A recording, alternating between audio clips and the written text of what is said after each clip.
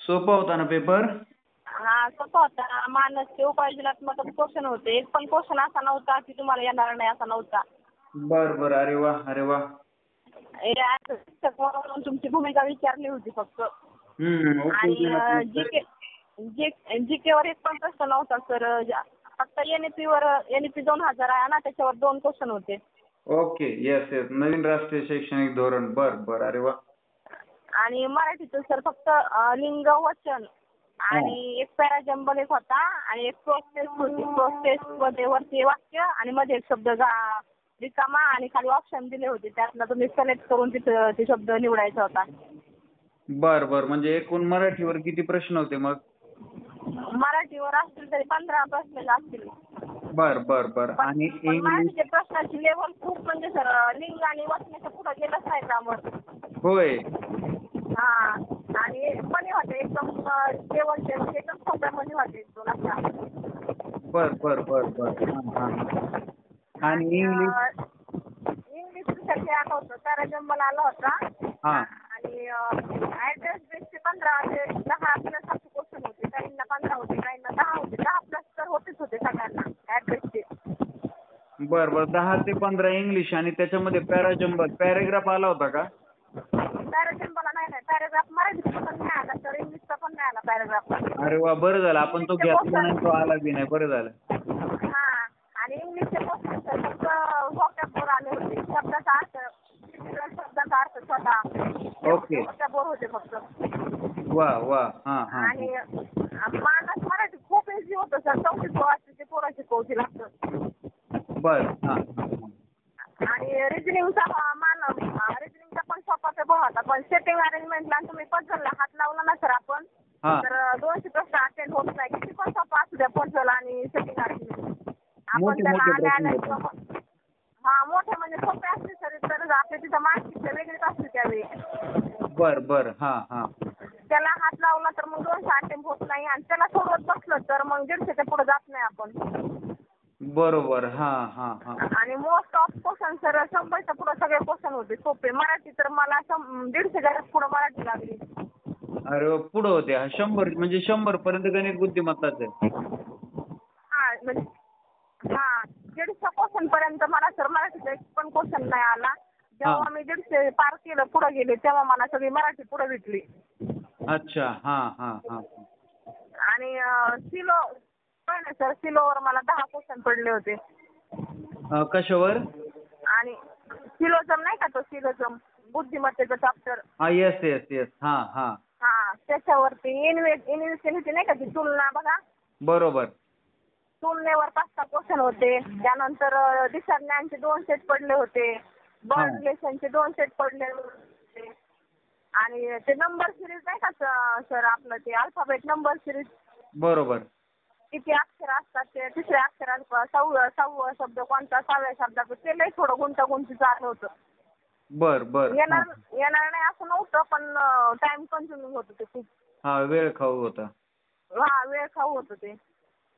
Okay okay okay. एकंदरीत paper सोपा होता, फक्त थोडा वेळ खाऊ होता. हा पेपर एकंदरीत सोपा होता, पण ज्याला जर 1 वर्षाचा 2 वर्षाचा अनुभव आहे किंवा एखाद्या वर्षाचा अभ्यास आहे त्याला फक्त ते नजरेचा खेळ होता. बघितलं टिक केलं असा पेपर होता. बरोबर बरोबर. आणि मॅथ्सच्या पण तुम्ही जर क्रिया करत बसलं तर 200 प्रश्न अटेंड होत नाहीत सर. अच्छा. मॅथ्स नाही का, मॅथ्स त्यांनी सोडवायचं. ज्याला फक्त मॅथ्स जर बघितलं खाली ऑप्शन मध्ये उत्तर बरोबर त्यांनी मनात जो क्रिया करतो का सर त्याला मॅथ्स सुटतो ते. बरोबर बरोबर. ज्याला हे लिहून सोडायची वेळ येते त्याला वेळ लागणारच. हा. तर आपण जर सूत्र ते करून जर स्टेप बाय स्टेप मांडत गेलो, उत्तर करायला गेलो ना, आपले 200 प्रश्न अटेंड होत नाही. बरोबर बरोबर. हा हा. असं होतं ते. तुम्ही किती अटेम्प्ट केले? मी 200 अटेम्प्ट केले तर मला जे होतं त्या मी 200 पर्यंत गेले. अरे वा. बर बर बर. आणि नंतर मग 40 मिनिटं शेवटचे राहिले, मी परत रिटर्न आले. अवघड होती ते, मी सोडवण्याचा प्रयत्न केला, त्याच्यात परत सोडवले. आणि 26 मिनिटं बाकी होते. तेव्हापासून मग मी क्लिक करायला चालू केलं ना, तर मग शेवटचे 2 मिनिटं उरले. मी ते 2 मिनिटात पण बाकीचे सगळे बघितले, माझा कुठं काही राहिलाय का, 1-2 प्रश्न चेक करून बघितले, बाबा याचं काही उत्तर वेगळं येतंय का. हम्म. मग पण तुम्ही तर एकदम भारी सोडवलाय, एवढा वेळ सगळा मॅनेज केला.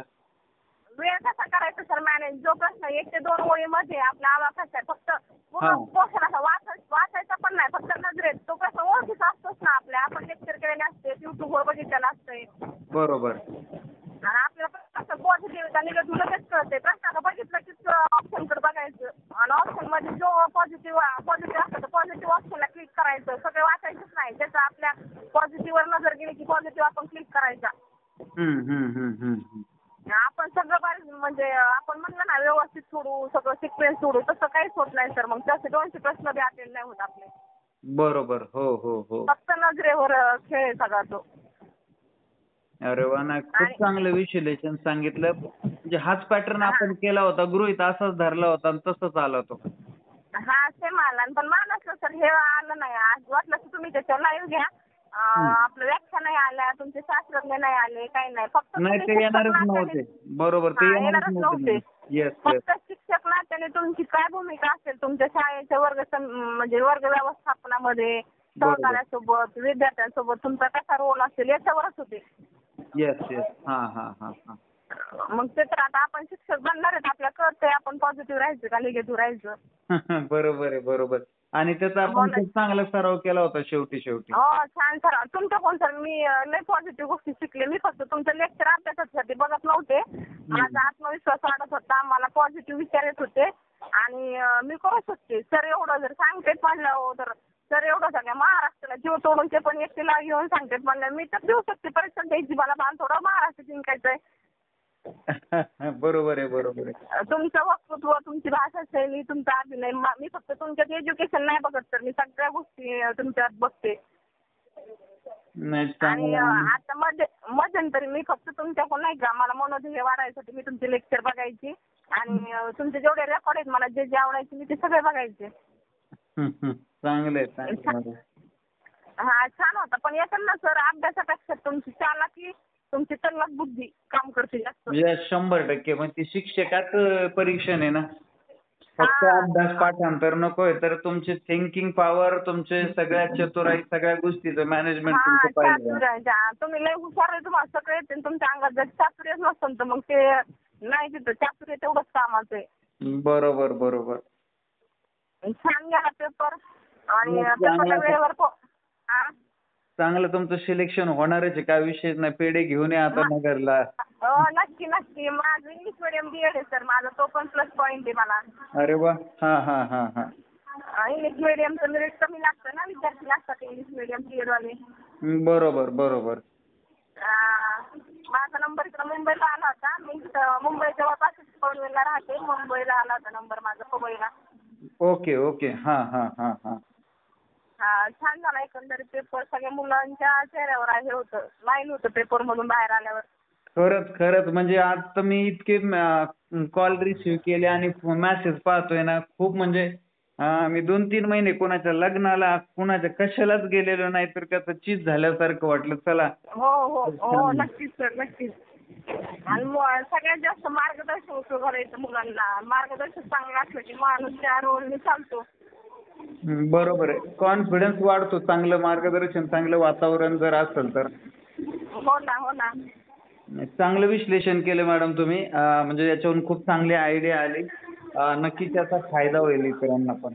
मी आवर्जून सर तुम्हाला हे केला. माझ्याकडं हे बाकीचे पण लेक्चर बघत होते, हे करत होते. बाकी क्लासवाल्याला, बाकी मोठ्या शिक्षकांना, यांना त्यांना कुणी सांगत राहायचं. पण मी मनातून ठरवलं होतं ह्या सरांना माझा एक्सपिरियन्स, आज माझा पहिला पेपर झालाय, हे माझा एक्सपिरियन्स ह्या सरांना शेअर करेल. म्हणून मी तुम्हाला फोन मेसेज टाकला. धन्यवाद मॅडम, धन्यवाद मनापासून. चालेल सर, ठेवू का जरा? Yes yes. Okay okay. Thank you madam, thank you.